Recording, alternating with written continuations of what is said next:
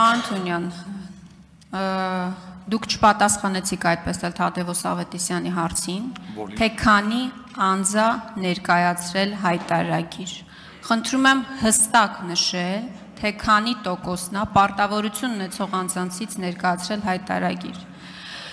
Իմ կողմից բարձրացրած հարցադրումից հետո, որ քրեական պատասխանատվություն 3-ից 6 տարի ժամկետով հնարավոր է սպառնալ մեր այն քաղաքացիներին, ովքեր հայտարարագիր չլրացնեն կամ սխալ հայտարարագիր ներկայացնեն, դուք ելույթով հանդես եկավ եւ հայտարարեցիք նախ հերքելով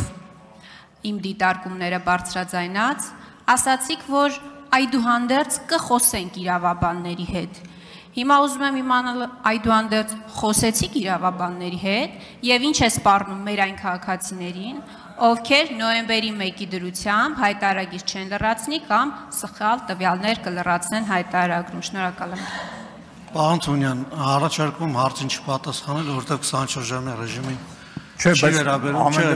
ես ցույց չեմ տալի, պարոն Թունյան, շնորհակալ եմ։ Այն զգուշացումից անմիջապես հետո հարց եք տալիս բովանդակային։ Լիլիթ Ստեփանյան, հաջորդ հարց, հանում եք, Ռուստամ Բաքոյան, հանում եք, շնորհակալություն, պարոն Թունյան։ Գոնե զգուշացած չլինի, էլի Տիկին Խամանյան։